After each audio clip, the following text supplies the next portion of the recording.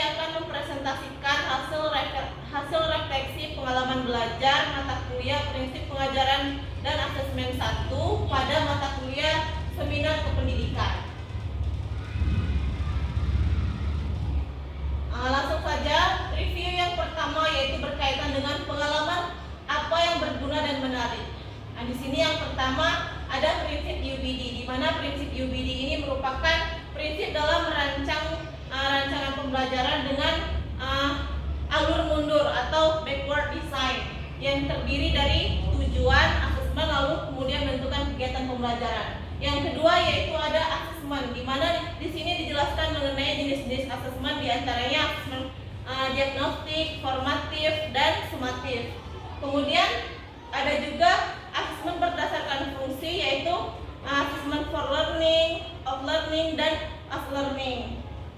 Kemudian ada juga di sini pengalaman belajar yang berguna dan menarik, yaitu mengenai pendekatan TARL. Di sini di mana pada pendekatan ini guru merancang pembelajaran dengan mengelompokkan anak-anak berdasarkan tingkat kemampuannya.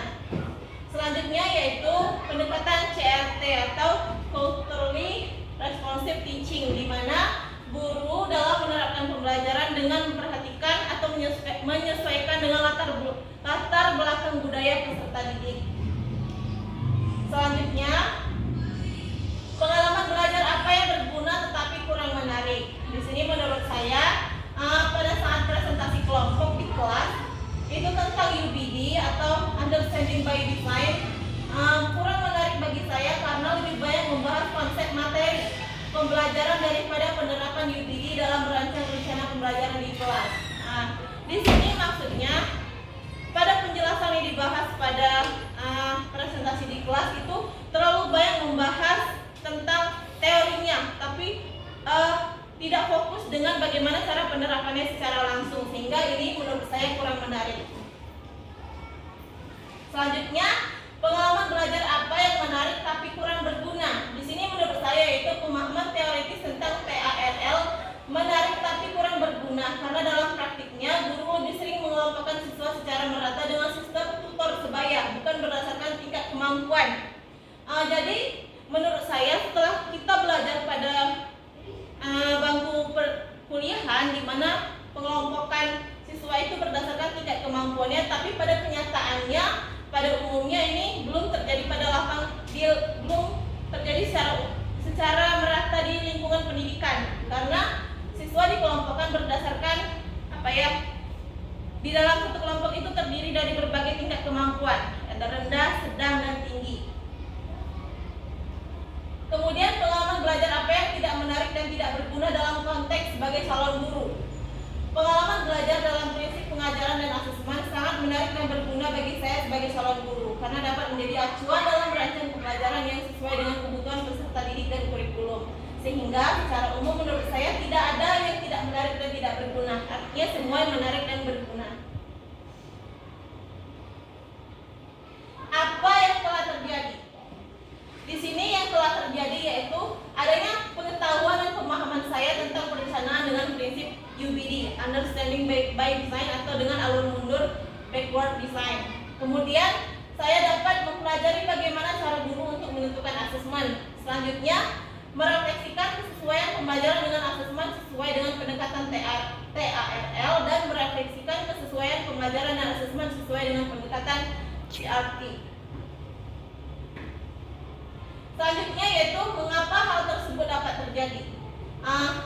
Mata kuliah prinsip pengajaran asesmen 1 membekali saya sebagai calon guru untuk menerapkan pembelajaran yang berpihak pada peserta didik, sehingga pembelajaran berpusat pada peserta didik, bukan pada guru sebagai sumber utama.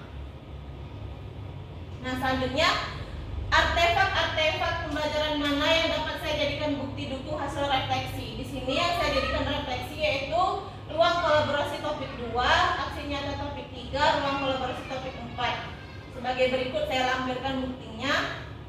Di sini mengapa saya lampirkan mengenai ruang kolaborasi topik 2? Karena di sini berisi perencanaan saya tentang teknik dan instrumen yang akan saya kembangkan. Kemudian modul ajar IPAS dengan pendekatan TARL. Selanjutnya modul ajar dengan pendekatan CRT. Mengapa artefak ini yang saya pilih? Nah, saya memilih artefak ruang kolaborasi topik 2, aksi nyata topik 3, dan ruang kolaborasi topik 4 karena ketiganya melibatkan penyusunan rancangan asesmen. Kemudian pada yang aksi nyata topik 3 dan ruang kolaborasi topik 4 itu berkaitan dengan modul TARL dan CRT, sehingga itu menjadikan pelajaran atau pengalaman saya untuk kedepannya dalam menyusun rancangan pembelajaran dengan menggunakan pendekatan TARL dan CRT. Selanjutnya, bagian mana dari artefak ini yang mendukung hasil refleksi saya? Artefak tersebut mendukung refleksi saya karena telah memberikan pengetahuan dan pemahaman kepada saya dalam menyusun rancangan pembelajaran dan asesmen yang kemudian saya terapkan saat PPL setelah mempelajari prinsip pengajaran dan asesmen 1. Dan terakhir yaitu apabila saya mengajar atau membahas topik ini dengan mempertimbangkan prinsip pembelajaran bermakna yang berpusat kepada siswa, perubahan apa yang akan saya lakukan? Setelah mempelajari prinsip pengajaran dan asesmen, saya akan menerapkan asesmen diagnostik dan konsep understanding by design dengan pendekatan TARL, pembelajaran berdiferensiasi, dan pendekatan CRT, serta model pembelajaran yang berpusat pada peserta didik, atau sama saja ya dengan berdiferensiasi. Untuk hal-hal tersebut yang telah disebutkan ini akan saya terapkan selanjutnya pada pelaksanaan praktik pengalaman lapangan 2. Demikian presentasi hasil refleksi pengalaman belajar prinsip pengajaran dan asesmen 1 yang dapat saya sampaikan. Saya akhiri. Wassalamualaikum warahmatullahi wabarakatuh.